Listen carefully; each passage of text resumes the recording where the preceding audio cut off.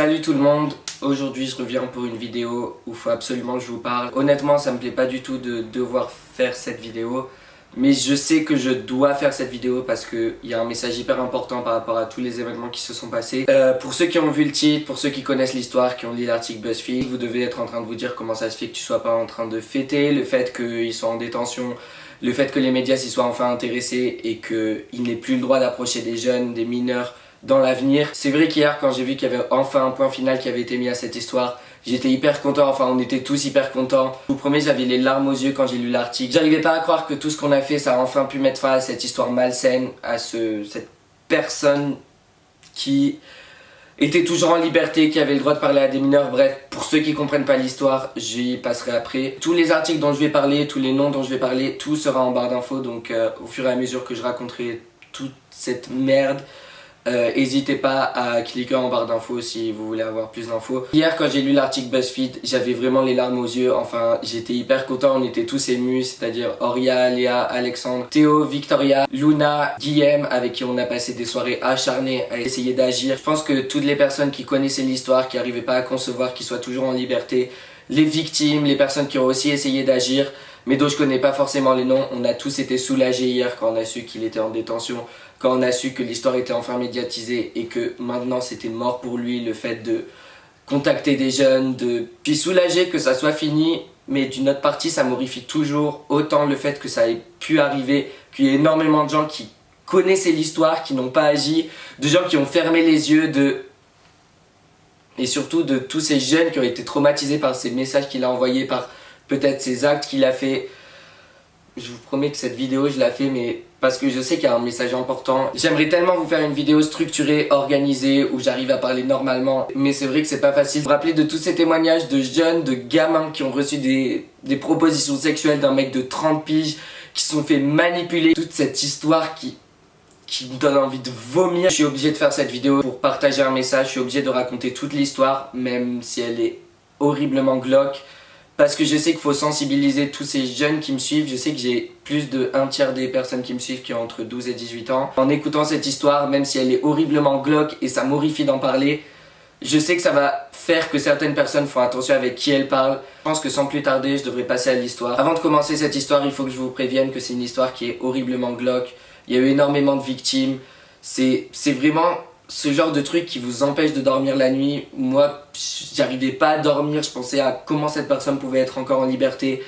Je lisais les témoignages, les preuves, c'était... Évidemment, je vais pas réussir à tout vous dire sur l'histoire, tous les trucs que je sais, parce qu'il y a tellement de trucs horribles qui sont passés, de témoignages qu'on a lus, qu'on a recueillis pendant toute une année, que si je devais tout vous dire, tout ce qu'il a fait, toutes les manigances, toutes les manipulations, tous les propos malsains qu'il a fait, la vidéo elle durait 2 jours. Je vais commencer par vous parler de Benjamin Lemaire, ce qu'on sait de lui, son travail, son âge, et puis évidemment toutes les polémiques qu'il y a eu sur lui, quand est-ce que ça a commencé, tout ce qu'on sait sur lui, son historique. Après je vais enchaîner avec notre démarche, donc la démarche de Oria, Léa, Théo, Alexandre, Guillaume, Victoria et Luna et moi par rapport à cette affaire, ce qu'on a fait, sur quoi on a travaillé pendant 1 an, comment on a agi, parce que ça pourra peut-être inspirer et encourager certaines personnes qui ont vu des comportements illicites ou des comportements malsains sur les réseaux sociaux ou dans la vraie vie à agir, à signaler cela. Également vous parler de ce qui m'est arrivé personnellement avec Benjamin Lemaire, parce que je l'ai rencontré à 2 reprises, parce qu'il m'avait tweeté quand j'étais jeune. Bref, je vous raconterai tout ça dans la suite de la vidéo. Et à la fin de cette vidéo, je vais partager le message. Je sais, pour plein d'entre vous, ça doit être relou d'entendre les réseaux sociaux c'est dangereux, vous savez pas avec qui vous parlez, parce que c'est ce qu'on entend partout à la télé. Et même moi j'en avais marre de ces messages. Même moi quand j'étais jeune, je disais à mon père n'importe quoi, jamais ça arrivera. Et croyez-moi, après avoir entendu cette histoire, peut-être que vous changerez d'avis et vous ferez peut-être plus attention. Je dis pas d'arrêter d'utiliser les réseaux sociaux, mais de faire plus attention, et je donnerai également des liens et des contacts utiles pour que vous puissiez dénoncer n'importe quel agissement que vous ayez vu sur d'autres personnes ou sur vous-même. Tout ça sera à la fin de la vidéo et aussi en barre d'infos. Qui est Benjamin Lemaire? Enfin, ce qu'on sait de Benjamin Lemaire. Alors avant qu'il soit mis en détention provisoire, merci énormément à la justice, même si ça a pris du temps. C'est arrivé. Benjamin Lemaire, avant d'être en détention, c'était un community manager, donc il avait créé sa propre boîte, SocialTube ou Digital VIP. Enfin, faut que vous sachiez aussi que plein de trucs qu'il a fait, c'est de la pacotille. C'est un peu un manipulateur, il arrive à créer des mensonges pour rapprocher d'autres personnes, pour trouver un poste, On a remarqué qu'il arrivait à mentir, qu'il arrivait à inventer des relations pour s'en créer d'autres. Par exemple dire je connais un tel alors qu'il ne le connaît pas à une autre personne pour se rapprocher de cette personne. Et en gros, il avait sa soi-disant agence de communication dans laquelle il tweetait pour des célébrités. Donc c'était le community manager de gros noms que vous connaissez probablement. Donc Sophie Marceau, Joey Star, Juliette Binoche, Emmanuel Béard. Il y en a peut-être d'autres, mais eux c'est ceux dont je me rappelle. Évidemment, cette vidéo n'inculpe pas du tout ces stars. En tout cas, si j'ai un conseil à leur faire, c'est de faire un peu plus de recherche la prochaine fois qu'ils engagent quelqu'un. Parce qu'avec une simple recherche de Benjamin Lemaire sur Twitter, ils auraient pu trouver tout ce qui a été dit sur lui, tout ce qu'il a fait, des preuves, des témoignages, etc.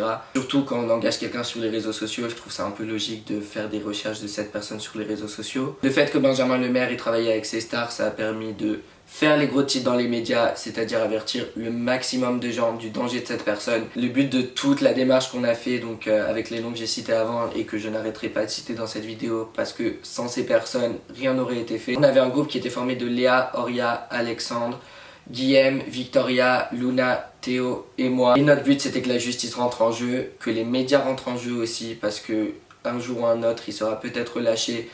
Et il faut que le maximum de personnes sachent le danger de cette personne, voient son visage, pour qu'il s'éloigne le plus. Benjamin Lemaire était le community manager de ces personnes, mais avant cela, il était passé par un épisode, avant qu'on dévoile toute l'histoire et qu'on l'affiche totalement sur les réseaux sociaux.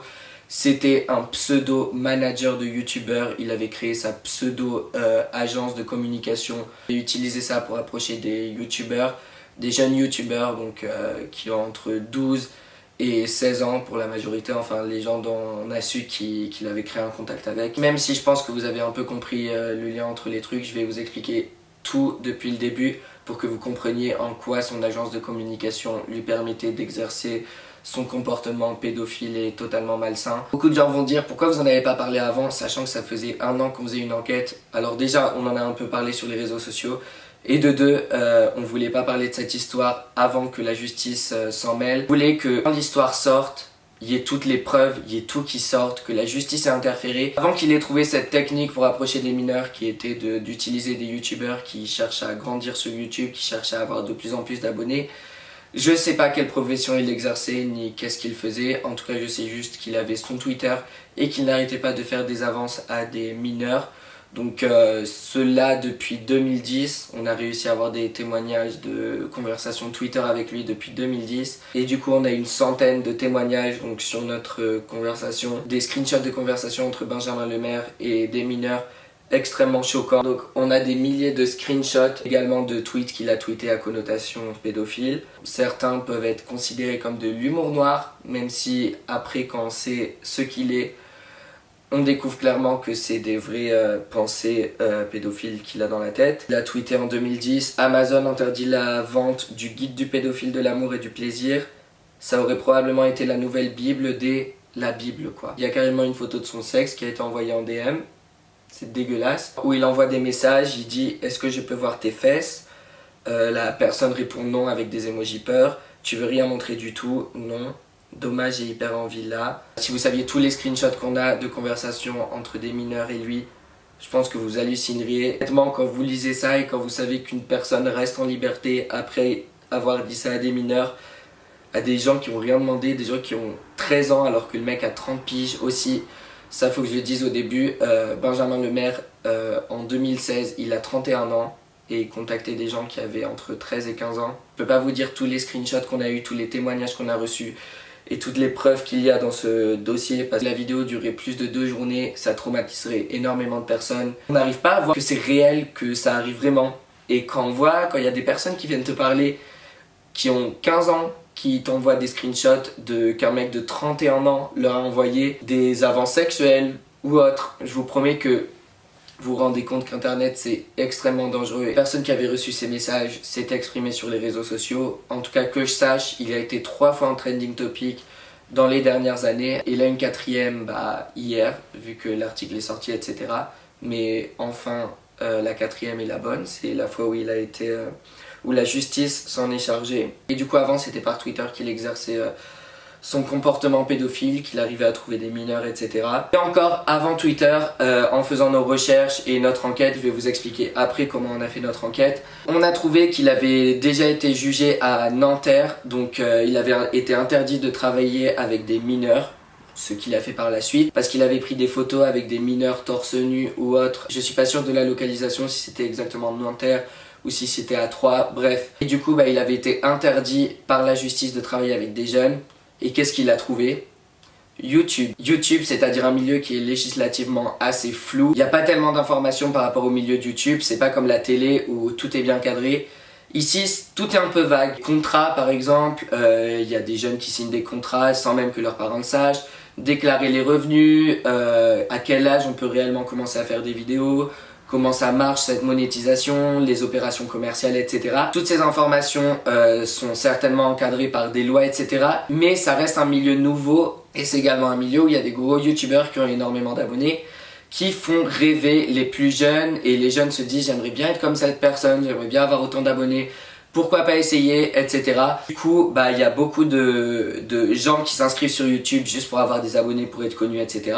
Et Benjamin Lemaire a complètement compris ce mécanisme. Ça fait milieu législativement flou, avec des jeunes qui veulent de la popularité, et lui qui voulait s'approcher de mineurs avec des intentions malsaines. Qu'est-ce qu'il a fait? Il a créé son agence de youtubeurs, de managers de youtubeurs, et il a commencé à s'approcher de plein de jeunes en leur donnant de faux espoirs, en leur disant vous allez avoir des contrats avec ça, vous allez gagner ça, et vu qu'il avait des contacts, on ne sait pas comment. Comme je vous ai dit, c'est un manipulateur, il est arrivé à avoir plein de contacts à droite à gauche. Il était suivi par des youtubeurs très renommés qui étaient très connus, des stars très connues, et il a réussi à se faire un petit nom dans ce milieu parisien des médias. Donc cette certaine notoriété l'a permis d'avoir une crédibilité face à ces jeunes qui voulaient gagner des abonnés et qui voulait être encadré par rapport à tout ce qui est YouTube. Du coup, il a commencé à contacter plein de youtubeurs, donc des youtubeurs que je connais, qui étaient mes amis ou qui sont encore mes amis. Je reviendrai à cette histoire après avoir parlé de notre démarche, donc à la fin de la vidéo, je vous expliquerai plus en détail ce qui s'est passé. Avant de passer à ce que Benjamin Lemaire m'avait tweeté et ce que j'avais fait quand je l'avais vu à 2 reprises, je vais parler de l'enquête qu'on a fait, donc les 7 personnes et moi, pour faire remonter cette histoire à la justice, parce que le tweet que lui m'a envoyé c'est beaucoup moins grave que ce dont je vous ai parlé avant, de tous les screenshots qu'il a envoyés à des jeunes, etc. Mais je veux quand même en parler parce que ça fait partie de l'histoire et j'ai vu cette personne directement, donc faut que je vous raconte tout cela. Alors la démarche, il y avait énormément de personnes qui savaient, qui étaient au courant des preuves, et il y avait pas mal de personnes qui signalaient cela à la justice. Les gens essayaient d'agir, mais il n'y avait jamais suite à cela. Personnellement, j'étais au courant depuis plus d'une année. Après, vous verrez avec la suite que le propos pédophile qui m'a le tweeté avant 2 ans, j'avais oublié le nom de cette personne parce que j'avais pas capté que c'était une personne dangereuse et que c'était un pédophile. J'avais capté le tweet comme un clash, tout simplement. Je vous parlerai de ça après. On était au courant de cette histoire, on parlait entre nous de l'histoire, on disait c'était vraiment pas normal. Je crois que j'ai commencé à parler à Alexandre Calvez de ça. Alexandre en parlait avec Léa Oria. Théo, après il y a eu Guillaume. Je sais pas quel est l'ordre dans lequel on a commencé à parler de cette histoire et on a dit qu'il fallait absolument agir. Mais en avril 2015, on a créé un groupe tous ensemble pour élucider cette affaire. Ce groupe était composé de youtubeuses, donc il y avait Oria, Léa, je ne suis pas jolie, Alexandre Calvez, Guillaume et moi. Et après il y avait Luna, Victoria et Théo. Donc c'est des tweetos, ils sont pas youtubeurs mais on se connaissait tous ensemble. Même si je crois que j'ai commencé à connaître Théo à ce moment. Bref, on parlait de l'affaire et on s'est informé de plus en plus sur comment mener l'affaire à la justice. Donc fallait qu'on fasse un dossier. On a commencé à rapatrier le plus de témoignages possible, le plus de preuves possibles. Donc, à la fois des témoignages de personnes qui avaient reçu des messages de Benjamin Lemaire, qui nous avaient également envoyé des screenshots.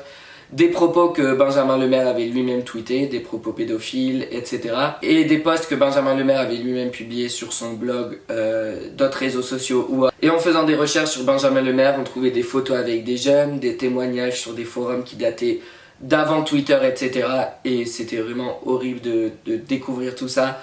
On a rassemblé toutes ces preuves dans un dossier qui faisait une 40aine de pages. On a signé le dossier et on l'a envoyé au parquet. On a également eu l'aide d'une avocate, donc qui nous a énormément aidé pour l'élaboration du dossier, pour envoyer le dossier, etc. Et cette avocate, elle était spécialisée en droit pénal. Et après avoir envoyé le dossier au parquet, on a attendu. On a attendu. Et honnêtement, l'attente se faisait longue. Attendre dans ces conditions-là, quand vous savez ce qui se passe, c'est vraiment horrible. On savait pas s'il continuait à faire des avances sexuelles à des mineurs en les traumatisant. Honnêtement, quand on a vu qu'il était devenu le community manager, c'était vraiment le pire truc au monde. Sachant qu'on sait qu'il utilise sa notoriété pour approcher des mineurs, etc. Là, c'est sûr que tous les mineurs allaient entendre les gros noms, Sophie Marceau, Joey Star. Direct, ils allaient tomber dans le truc. Mais bon, bref. Pendant qu'il était community manager, on a fait quelque chose qui a fait qu'il ait désactivé son Twitter. Et maintenant, je vais vous parler de ça. Commençons avec le tweet qu'il m'a envoyé. Pour situer les faits, c'était le 1er juillet 2013 qu'il y a eu ce tweet que je vais vous montrer. Donc le 1er juillet 2013, j'avais 15 ans. Je n'étais pas encore sur YouTube. J'étais tweetos et j'avais une assez grande communauté à l'époque. De gens qui me suivaient sur Twitter, donc j'avais entre 5000 et 10 000 abonnés. Et je me souviens qu'il y a eu une semaine où je gagnais de plus en plus d'abonnés parce que j'avais eu quelques tweets qui avaient beaucoup de retweets. Et je me souviens que j'avais reçu la mention de ce Benjamin Lemaire qui m'avait mis c'est bien d'acheter des abonnés. Alors que j'avais jamais acheté des abonnés de ma vie. Enfin, je fais pas pitié à ce point. Et donc, je me souviens, il m'avait mis que j'avais acheté des abonnés, je sais pas quoi. Et du coup, je lui avais envoyé le lien parce que le lien, il y a un lien qui s'appelle fakerstatuspeople.com. Je m'en rappelle parce que je l'utilisais tout le temps à l'époque. Qui dit combien d'abonnés fake une personne a. Et du coup, je lui avais montré que j'en avais pas. Et j'avais fait une recherche sur lui. Et j'avais vu qu'il avait 60 ou 70% de fake. Ça par contre, ça ajoute un élément face au truc de sa notoriété. Il achetait des faux abonnés pour que ça contribue à sa pseudo-notoriété pour ainsi contacter des mineurs et qu'ils soient là en mode « Waouh, il y a un famous qui m'a contacté ». Bref, j'avais découvert que lui s'achetait des abonnés. À l'époque, il devait avoir... je sais pas, 10 000 abonnés, un truc comme ça. Et du coup, je l'avais clairement fiché, il était mort dans le game parce que tout le monde pouvait voir le lien et chercher qui avait des fakes, qui en avait pas. J'avais aucune idée qui contactait des jeunes, qui faisait des avances sexuelles à des jeunes. Je connaissais absolument pas cette personne. Il y avait juste sa photo, il avait l'air âgé. Mais à l'époque, voilà, j'avais vu ce tweet et j'avais vu qu'il avait des fakes, je l'avais rembarré direct. Et du coup, il m'avait tweeté. Alors ce tweet, je m'en souvenais. Mais je rattachais plus du tout ce tweet à Benjamin Lemaire, enfin parce qu'il y a eu une période entre le moment où il m'a tweeté ça et le moment où l'affaire est ressortie et j'ai découvert tous les témoignages, tous les screens. Je crois même que je l'avais follow à un moment avant que cette histoire ressorte et j'avais complètement oublié qu'il m'avait fait ce tweet en 2013. Mais je savais quand même que j'avais eu une embrouille avec une personne pour ça. Et le tweet qu'il m'avait mis c'était « Ouais bon bref ». On baise maintenant qu'on s'est engueulé. En fait, je me souviens quand j'avais lu ce tweet, j'avais juste pas compris. Bref, ce qu'il a dit, j'étais là en mode cette personne est très chelou, mais je me suis dit c'est un clash, il n'y a pas d'arrière-pensée. Bref, au jour d'aujourd'hui, je pense que vous pouvez comprendre qu'il y a des arrière-pensées derrière, c'est dégueulasse, j'ai envie de vomir. Quand l'affaire est ressortie, je me suis rappelé de ce tweet et tout, j'ai refait des recherches, je l'ai retrouvé. Ça faisait déjà quelques mois qu'on était en train de rapatrier des témoignages, etc., qu'on était en train de faire notre enquête. Est arrivé le moment où on voit qu'il était en train de mentionner Valérie Damido. Il avait réagi face à l'affaire Morandini. Ah, mais je vous promets, quand j'ai lu qu'il réagissait, j'avais envie de crier. Pendant l'enquête, on n'avait rien mis public parce que on attendait d'avoir bien un dossier avec toutes les preuves, tous les témoignages. On voulait que la justice interfère avant qu'ils puissent dire diffamation. Je crois que c'était Théo et peut-être Alexandre qui avaient commencé à répondre et à informer Valérie Damido de ce que Benjamin Lemaire était, de ce qu'il faisait. Bref, et à un moment, il avait répondu à Valérie Damido, il avait dit ce sont des conneries. Et donc là, j'ai pas pu fermer ma gueule. Je suis arrivé et direct, j'ai ressorti le screen de ce qu'il m'avait tweeté donc quand j'avais 15 ans. Et j'ai dit, je vous mets le screen ici. Et du coup, ça a fait ressortir toute l'histoire et ça a permis un peu d'avertir tous les gens qui me suivent sur Twitter, etc. des dangers de cette personne. Toutes les personnes du groupe, Auria, Léa, Alexandre, Victoria, Guillaume, Luna, Théo, on en parlait sur Twitter, même d'autres personnes qui sont pas dans le groupe, donc ça a permis de faire connaître aux gens l'histoire. J'ai oublié de le dire, mais avant qu'on cite le nom de Benjamin Lemaire, Auria et Guillaume avaient fait toute une story Snapchat suite à l'histoire Morandini pour parler de Benjamin Lemaire sans réellement citer son nom. Je crois que les stories ont été remises en ligne où il y a un article, bref, je le mets en barre d'infos. De recevoir aussi de nouveaux témoignages qu'on a eu par mail, dont celui d'un très jeune qui a eu un truc vraiment traumatisant, bref. Et aussi d'avertir Valérie Damido, qui est aussi dans le monde médiatique et qui pouvait informer Joey Star. Du coup, après, Alexandre a parlé avec Valérie Damido par message, qui avait dit qu'elle allait en parler à Joey Star, etc. Et on a eu un message d'ailleurs hier de Valérie Damido qui a dit à Alexandre qu'elle est contente que cette histoire ait pris fin, que la justice ait enfin interféré. Je vous avais dit que Benjamin Lemaire avait carrément bouffé le crâne de personnes que je connais et que je côtoyais, qui étaient mes amis.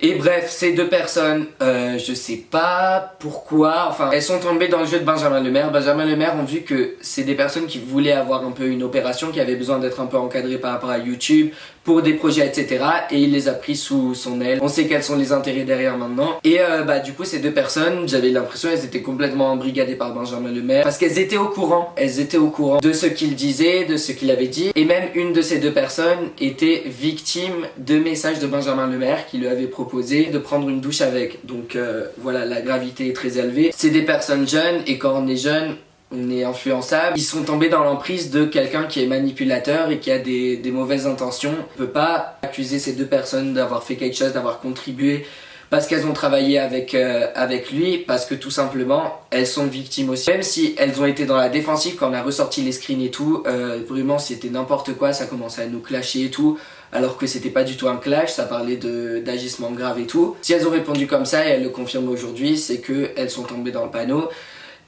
Ces deux personnes avaient besoin d'aide pour leur chaîne YouTube, etc.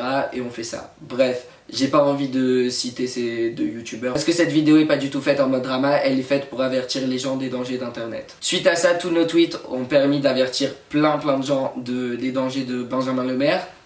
Et du coup, Benjamin Lemaire a été complètement ficha et il a dû désactiver son Twitter. Problème, il a désactivé son Twitter. Faut savoir que Twitter te laisse 30 jours une fois que tu as désactivé pour réactiver ton profil. Si pendant ces 30 jours la personne ne réactive pas son profil, tout son profil est supprimé pour toujours et on ne sait pas ce qui se passe avec toutes les archives de ce profil. Au début on était content, on s'est dit ça fait qu'il va plus pouvoir contacter des mineurs, etc. par Twitter. C'était vraiment son moyen number one pour contacter des mineurs. Et après on s'est rendu compte qu'il avait probablement une idée derrière la tête en faisant ça, parce qu'il savait qu'au bout de 30 jours, tout allait être détruit de son Twitter et que tous les messages qu'il a envoyés aux mineurs, les centaines d'avances sexuelles qu'il a envoyées à des personnes qui ont son âge divisé par 2, à plein de mineurs, il savait que ça allait peut-être être supprimé par Twitter au bout de 30 jours. Donc on a attendu les 30 jours, comme ça, en priant pour qu'il réactive son Twitter parce qu'il y avait toutes les preuves à l'intérieur. Même si on avait les screenshots, on préférait que son Twitter soit encore là pour qu'il y ait tout, que la justice puisse voir tous les messages. Maintenant que la justice en est occupée, ça veut dire qu'ils ont eu les preuves, qu'ils ont d'autres preuves, etc. Donc plus besoin de se faire du souci pour ça. On voulait vraiment mettre un point final à cette histoire et on a eu peur que le fait qu'il ait désactivé son Twitter, ça supprime plein de preuves. Si quelqu'un de Twitter regarde cette vidéo, s'il vous plaît, donnez-moi plus d'informations par rapport à ça. On sait jamais, ce sont des preuves formelles qui pourraient aider énormément la justice, donc même si je pense que c'est à la justice de demander ça, c'est vrai qu'on aimerait bien savoir qu'est-ce qui se passe une fois que le Twitter se supprime, si tous les messages ont été gardés, parce que ce qu'on a nous recueilli, c'est une toute petite partie, je pense, de tout ce qu'il a envoyé. Et donc faut que je vous dise les deux fois que j'ai vu Benjamin Lemaire. Alors la première fois que je l'ai vu, c'était un premier meet-up qu'on avait fait avec Melty, donc je sais pas si vous vous souvenez, je vous mets l'affiche ici. Bref, dans ce meet-up, je vois cette personne qui avait l'air un peu bizarre, qui agissait pas normalement et que personne connaissait, mais qui avait réussi à s'agripper à notre groupe de youtubeurs. Et cette personne, c'était Benjamin Lemaire. Et là, c'était le moment où j'avais pas fait le rapprochement entre le tweet que j'avais reçu et le fait que Benjamin Lemaire envoie des trucs aux mineurs, etc. J'avais aucune idée de qui cette personne était. Bref, il était au meet-up. Faut savoir que dans le meet-up, les youtubeurs, on était tous mineurs. Donc, on avait entre 14 et 17 ans, je crois. On monte dans notre bus. Donc, c'était au théâtre Point Virgule. Et on avait le bus qui nous ramenait à l'endroit où il y a Melty. Bref. Et je me souviens, on monte dans le bus et je me souviens parfaitement de la scène. Alors, on monte dans le bus et il y a Benjamin Lemaire à côté qui, on avait des gardes du corps et il y avait, du coup, nous on monte et Benjamin Lemaire, je me souviens, il avait mis un pied sur le bus, il était en train de monter tranquille et tu voyais dans son visage, il jouait un rôle en mode vas-y, je vais faire le plus serein possible, comme ça les gardes du corps ils se posent même pas de questions, tu vois, parce que face à tous les abonnés qui crient, etc. Lui, il essayait vraiment de faire tranquille pour essayer de... Je sais pas, genre il jouait un rôle en mode manipulateur, menteur, etc. Et le garde du corps lui dit mais qui êtes-vous? Et heureusement, merci ce garde du corps qui l'a sorti. Mais même moi je me disais, dans ma tête je me disais ça doit être l'ami de quelqu'un, d'un des youtubeurs ou je sais pas. Et après on était monté dans le bus et je me souviens d'avoir demandé à tous les youtubeurs est-ce que genre c'est normal qu'ils montent dans le bus, et tout le monde avait dit non. Là qu'on voit l'aspect manipulateur de cette personne. Alors la deuxième fois que j'ai vu Benjamin Lemaire dans la vraie vie, c'était un autre meet-up. Contrairement au premier meet-up, là je savais ce qu'il avait dit. On avait déjà le groupe, donc avec les 8 personnes dont je vous ai parlé. On avait déjà commencé l'enquête et tout. Quand j'ai vu qu'il était à ce meet-up, qu'il avait travaillé avec l'entreprise et que en plus l'entreprise qui avait accepté sa présence, on leur avait déjà averti de ce qu'il faisait et ce qu'il était. Donc la veille j'ai parlé au groupe et je leur disais comment est-ce que je dois agir. Je vous promets ça va être impossible pour moi de me taire. Je vais voir sa tête, je vais pas pouvoir me taire. Il y a eu le meet-up, je faisais tout pour l'éviter, c'était horrible. Et c'était difficile d'être à 100% dans le meet-up sachant qu'il y avait 7 personnes qui faisaient ça.